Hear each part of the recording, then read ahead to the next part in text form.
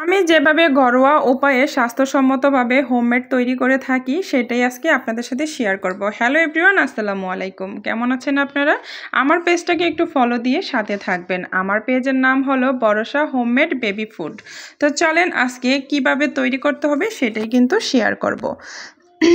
বাদামগুলো ছাড়া বাদাম আর এলাচ বাদে সব উপাদানগুলো রাতে ভিজিয়ে রাখুন। সকালে উপাদানগুলো ধুয়ে নিয়ে ভালোভাবে এরপর চালগুলো ভাজতে থাকুন। তা এগুলো কিন্তু রোদে দিতে হবে। যদি আপনি রোদে দেন তাহলে একটু বেশি ভালো, আর যদি রোদে না দিতে চান যে ময়লা হবে, এটা গ্রামের বাড়িতে হতে পারে কিন্তু শহরের বাড়িতে অত বেশি একটা ময়লা হয় না, ছাদের মধ্যে রোদ দিয়ে শুকিয়ে নেওয়া যায়। আমি কিন্তু অনেক সময় ঘরের মধ্যেও শুকিয়ে নিচ্ছি, ফ্যানের বাতাসে কিন্তু খুব ভালো শুকিয়ে যাচ্ছে, আর তাতেই কিন্তু আমি ভালো করে এটাকে বাছতে পারতেছি বা সুন্দর হচ্ছে, এজন্য কোনো সমস্যা নাই। তবে এটার পিছনে একটু খাটনিটা বেশি, পরিশ্রমটা বেশি, কষ্টটা বেশি, অনেক বেশি। একা হাতে সব কিছু সামলাই তো, এই জন্য আর কি। তো চলেন এটা আমি বলি এখন আপনাদেরকে।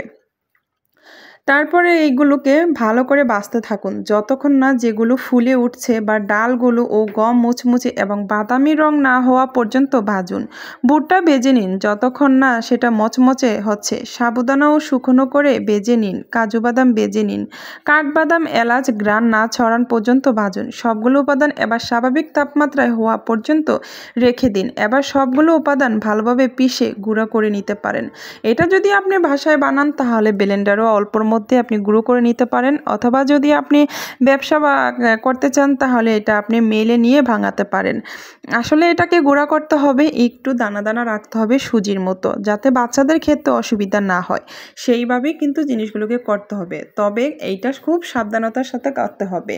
অনেক সময় লাগে কিন্তু এটা বাছতে, এই জন্য মায়েরা তাদের কষ্ট হয় বলে কিন্তু তারা আমাদের কাছ থেকে অর্ডার করে, যে এত কষ্টের এত ঝামেলার থেকে অর্ডার করে নিয়ে যাই। কারণ আমি কিন্তু খুব রিজনেবল প্রাইসেই বিক্রি করে থাকি, এত বেশি দাম আমি নিই না। কারণ বাজারে যে পরিমাণে দাম নেই, ওরে বাবা, খোঁজ নিয়ে দেখলাম 500 গ্রামের দাম যা বলবো 1500 টাকা আছে, 600 গ্রামের দাম আছে 350 গ্রামের দাম 600 টাকা, তাহলে অনেক বেশি দাম। তো সেই হিসাবে আমি মনে করি হোমমেড জিনিসটার মধ্যে কোনো রং নাই, ঝামেলা নাই, কোনো কেমিক্যাল নাই। এটা কিন্তু খুব যত্ন সহকারে অল্প আঁচে সুন্দর করে ভেজে তারপর এটাকে গুঁড়ো করা হয়। ফ্লেভারটা যেমন সুন্দর আসে, বাচ্চারাও খেতেও কিন্তু খুব বেশি পছন্দ করে, এমনকি তৃপ্তি করে বাচ্চারা খায়। তা আমি কিন্তু একটা একটা উপকরণ সবগুলোকে আস্তে আস্তে ভেজে নিব। তবে এই যে সতর্কতা বললাম, এটা কিন্তু আস্তে আস্তে ভাজতে হবে। দেখেছো কতটা লো আঁচে রেখেছি, ওই যে একটু আগুনের তাপ দেখা যায়, লো আঁচে রেখেই কিন্তু ভাজতে হবে, পুড়ে যাতে না যায় সেদিকে অবশ্যই খেয়াল রাখতে হবে। তো প্রত্যেকটা উপকরণ আমি এইভাবেই কিন্তু ভেজে নিয়েছি।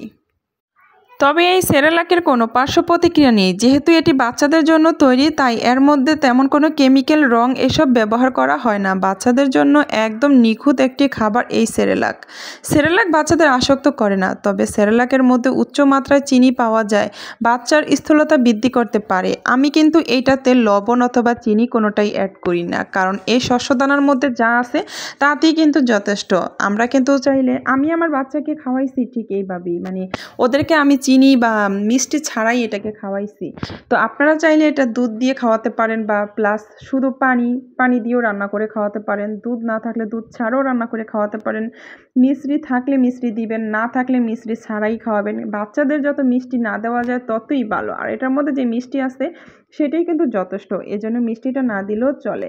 তারপরও আমরা কিন্তু দুলালের তাল মিশ্রিও সাথে রেখেছি, যে নিতে চায় তাকে। দেখা যায় অনেক বাচ্চারা কিন্তু মিষ্টি ছাড়া খেতে চায় না, তাদের জন্য দুলালের তাল মিশ্রি আছে, সেটা চাইলেও কিন্তু আপনারা অর্ডার করতে পারেন খুবই রিজনেবল প্রাইসে। তবে সঠিক নিয়ম মেনে অবশ্যই সঠিক পরিমাণে খাওয়াতে হবে। বেশি পুষ্টিকরের আশায় অতিরিক্ত সেরেলাক খাইয়ে আবার কোনো সমস্যা তৈরি করবেন না। থাকবেন। আসসালামু আলাইকুম।